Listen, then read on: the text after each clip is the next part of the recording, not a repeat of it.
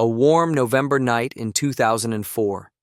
The spirit of Townsville Tilt Train glides north through the quiet Queensland bush. On board, more than 150 passengers settle in for the long journey, some reading, some asleep, others simply staring into the darkness outside. But just before midnight, everything changes. In seconds, carriages toppled, passengers were thrown from their seats, and more than 100 people were left injured in the dark. This was no ordinary accident. It was a terrifying wake-up call for Australia's railways, and it could have been far worse. This is the untold story of the Berajondo tilt train derailment of 2004. Berajondo is a small town in northeast Queensland, Australia.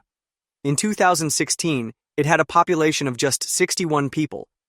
The town is located about 98 kilometers, or 61 miles, south-southeast of Gladstone, and around 63 kilometers, or 39 miles, northwest of Bundaberg. Berajondo is crossed by the North Coast Railway Line, a route stretching 1,681 kilometers, or 1,045 miles along Queensland's coast.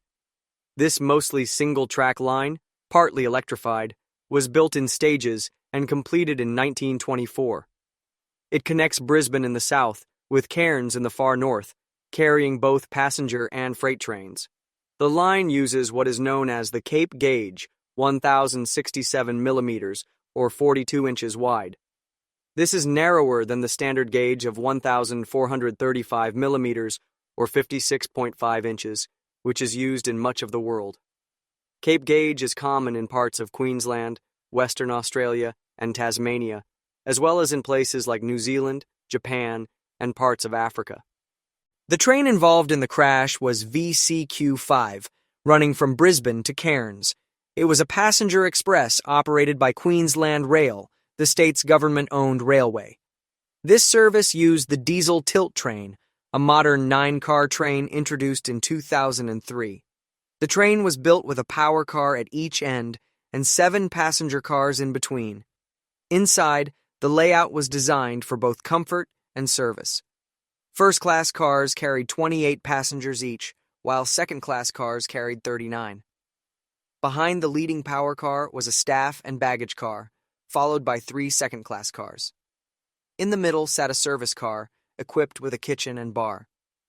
The final 2 cars were reserved for first-class passengers.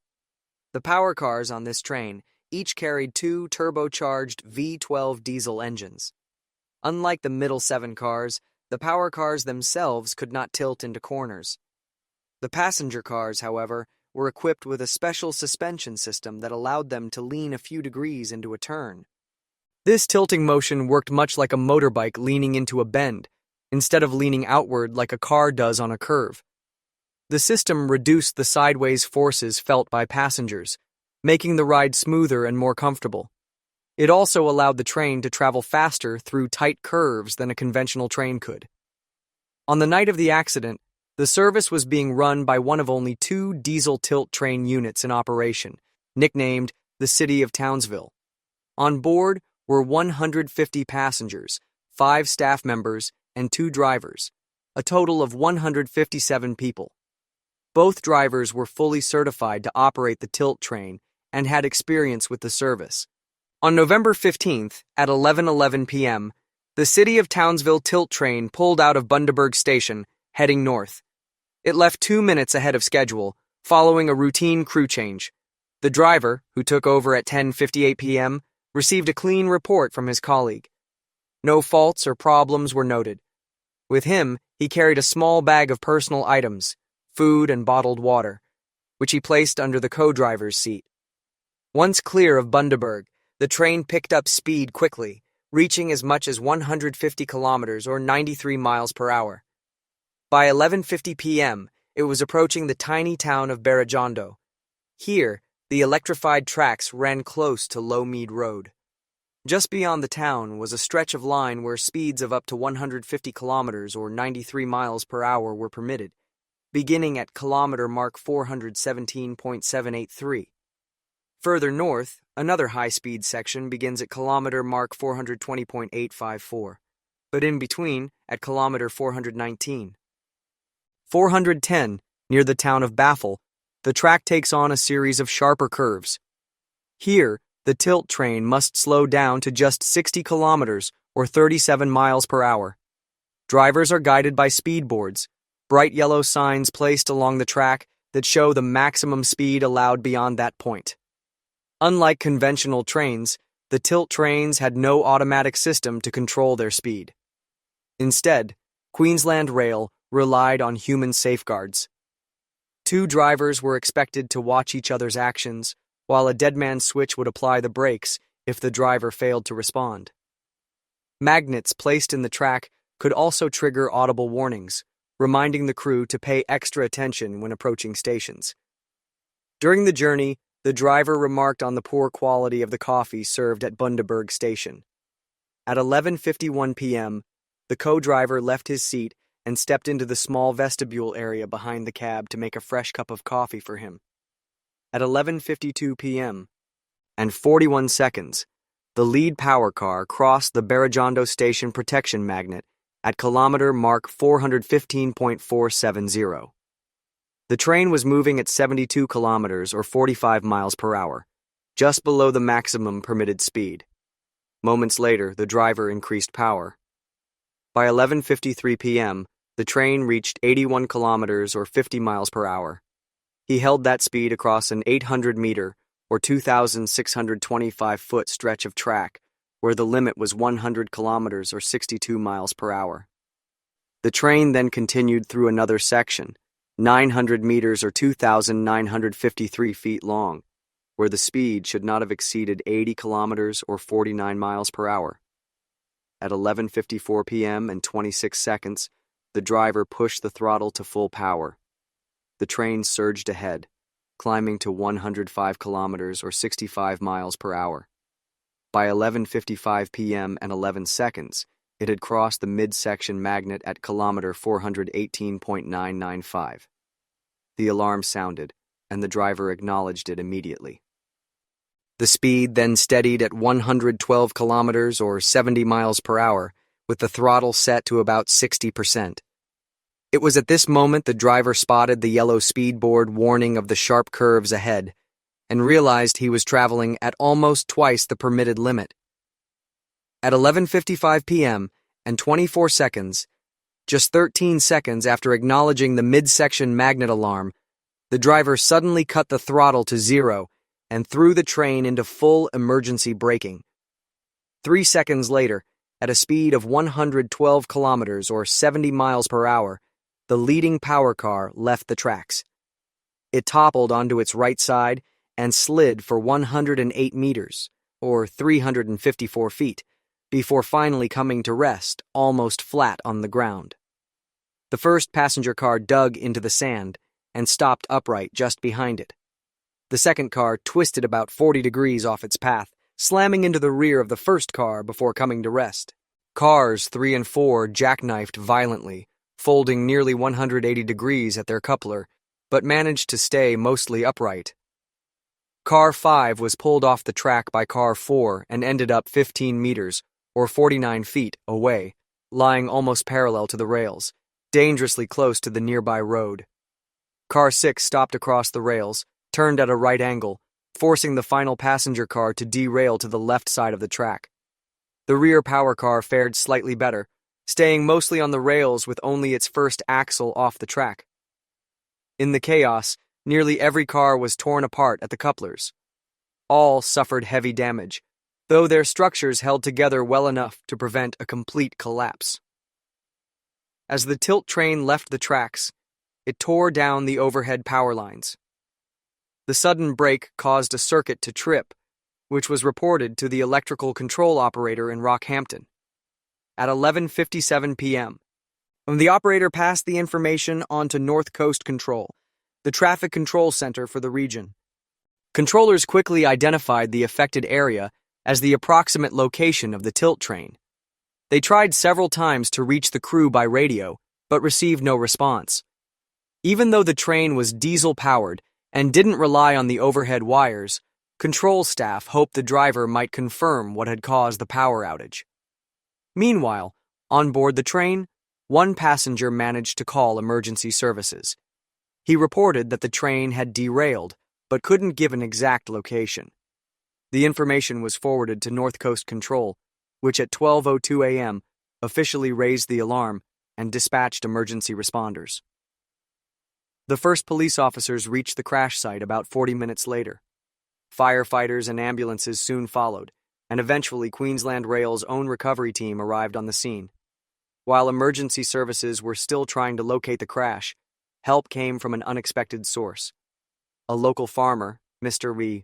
Pauza, was jolted awake by the deafening noise as the train plowed through his front gate. He later recalled that passengers stumbled out of the wrecked cars like zombies. Some even ran straight into his barbed wire fence, which had been built to keep his cattle off the tracks.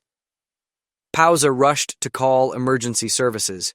At first, operators didn't take him seriously, especially since he had run to the scene without clothes, a detail that later earned him the nickname the Naked Farmer in the media. Not wasting time, he handed the phone to his wife and returned to the wreckage. His wife, an experienced nurse, quickly began treating the injured. Together, they organized survivors, provided first aid, and kept the most severely hurt passengers from wandering into the night until professional responders arrived. When rescue teams finally reached the site, Pauza set up a generator to provide light for incoming helicopters. Only then did he turn his attention back to his cattle, which had scattered in every direction after the chaos of the crash. With the overhead power already shut off, rescuers began pulling passengers from the wrecked tilt train. Despite the violent crash, the cars themselves had not collapsed. That structural strength meant every one of the 157 people on board survived. Even so, many suffered injuries. 18 of them were classified as serious. By sunrise, around 6 a.m., every passenger and crew member had been evacuated from the site and taken to safety. At the same time, Queensland Rail's recovery team managed to retrieve the train's data logger, a crucial device that would help investigators understand what went wrong. Given the scale of the accident, its isolated location, and the fact that it happened in the middle of the night, the response was considered both fast and effective. With no technical faults found on either the train or the track, aside from the 120 meters or 394 feet of rail torn apart by the derailment, investigators turned their attention to the driver. It was quickly ruled out that he had been incapacitated or away from his controls. Both the throttle and the dead man's switch showed regular input right up to the crash. This meant something troubling. The driver, a man fully experienced with both the train and the route, had entered a sharp curve at nearly twice the posted speed limit, while still in control of the locomotive. Why had he done so? On that night, the skies were clear, but the landscape was in total darkness. There was no moonlight, only the narrow beam of the train's headlights cutting through the night. When questioned by police in the days after the crash, the driver offered little help. He claimed to have no memory of the moments leading up to the derailment, recalling only driving past Berajondo and then lying injured on the embankment as his co-driver gave him first aid. At the time of the accident, the co-driver was in the vestibule making coffee. From there, he could not see the track, the signs, or even his colleague at the controls. Investigators quickly ruled out any idea of deliberate speeding or sabotage. The train's data logger showed a driver who had been careful, sometimes running on time, sometimes even ahead, but never exceeding the posted limits. In fact, he often stayed well below them. If he had wanted to crash the train on purpose, they reasoned, he would likely have accelerated much faster. According to the co-driver, the driver had been alone in the cab for only 3 to 4 minutes before disaster struck. The idea that he had dozed off was also dismissed. Just 17 seconds before the derailment, he had acknowledged the warning alarm from the midsection magnet. He was awake. He was alert. And yet, only moments later, the train went into the curve at almost twice the speed limit. Investigators began to suspect that the driver may not have been reckless at all, but simply mistaken. They developed a theory. In the darkness of that November night, he may have confused his location on the line, suffering a brief lapse in concentration. Further north, near the town of Baffle, the track layout is strikingly similar, a long straight followed by a left-hand curve. But unlike Berajondo, that section allows tilt trains to pass at up to 110 kilometers per hour. This possibility was reinforced during the driver's second police interrogation. The officer asked, "Can you recall what the speed sign is for this bend?" The driver replied, "I thought the sign indicated 110 over 90, 110 for the tilt train, and 90 for the freight." It was the wrong bend. He had mistaken one section of track for another, and the consequences were catastrophic. Investigators became convinced their theory was correct. The driver had simply gotten lost on the track, despite his long experience. Outside, the night was pitch black, broken only by the narrow beam of the train's headlights. Inside the cab, the only light came from the glowing instruments. There were no radio calls recorded before the crash, and the driver's phone had been left at home with his wife. That meant distractions like texting or radio chatter could be ruled out. Investigators believed the driver most likely acknowledged the alarm, but thought it was one positioned after the sharp curve. Believing the most difficult part of the track was already behind him, he may have reached for something to eat from his bag or from the small fridge located behind the co-driver's seat. He already knew coffee was being prepared, and as the report put it, "It is natural for food and beverage to go together, and it is quite possible the association caused the driver to desire a food pack. He could not access his bag or the fridge without leaving the driver's seat. If he left his seat even for just a few seconds and then returned, the train would have been very close to the 60-kilometer-per-hour curve." This would also explain the driver's panicked reaction to the speed board, long after it could do any good. He was most likely just getting back into his seat when the board flashed past the cab window. The theory gained further support when investigators searched the wrecked cab. There, they discovered a bottle of water and 2 store-bought sandwiches lying loose. To investigators, it was one more clue that the driver had indeed risen from his seat, distracted at the worst possible moment, only to return too late to prevent disaster. At the time of the accident, regulations only required the co-driver to call out signal aspects, not upcoming changes in speed limits. And critically, there was no restriction preventing him from leaving the cab to enter the adjacent vestibule.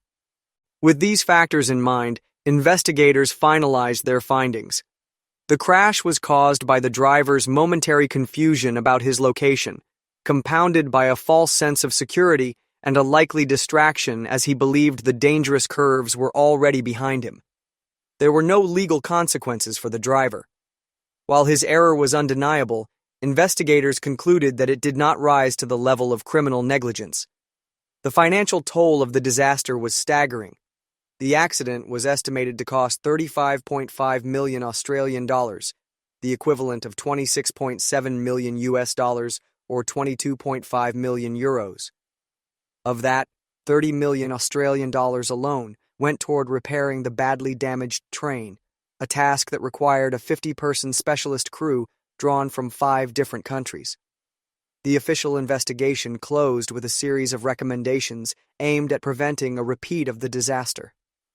These included the installation of advanced speed boards so that drivers would see multiple warnings before a drastic change in speed, a rule forbidding co-drivers from leaving the cab while the train was in motion, and even a suggestion to consider giving passengers a safety briefing similar to those found on airliners. Most importantly, Queensland Rail was urged to evaluate the introduction of an automatic speed control system on its tilting trains, a safeguard that might have prevented the accident altogether. Investigators also required QR to formally respond to each of these recommendations. In the months after the accident, tragedy struck once again. One of the survivors died from a brain hemorrhage. While some, Mr. Pauza among them, remained convinced it was linked to injuries suffered in the derailment, the death was never officially recorded as part of the toll. For his role on that dark night, Mr. Pauza was hailed as a hero. He received multiple medals and even a certificate of appreciation from the Queensland Ambulance Service. But Pauza himself has never embraced the label. He insists that he simply did what anyone should do when faced with such horror, crediting much of his response to his wife's advice. In his own words, "If people need help, I think those who can, should." The Bundaberg tilt train derailment was more than just an accident. It was a moment where human error, technology, and circumstance collided. All 157 passengers survived, but the scars, both visible and invisible, remain to this day. It raises questions that linger long after the wreckage was cleared. How much responsibility should rest on a single driver? Could better safety systems have prevented this? And what role should ordinary people, like Mr. Pauza, play in disasters when professionals are still far away? What do you think? Share your thoughts in the comments below.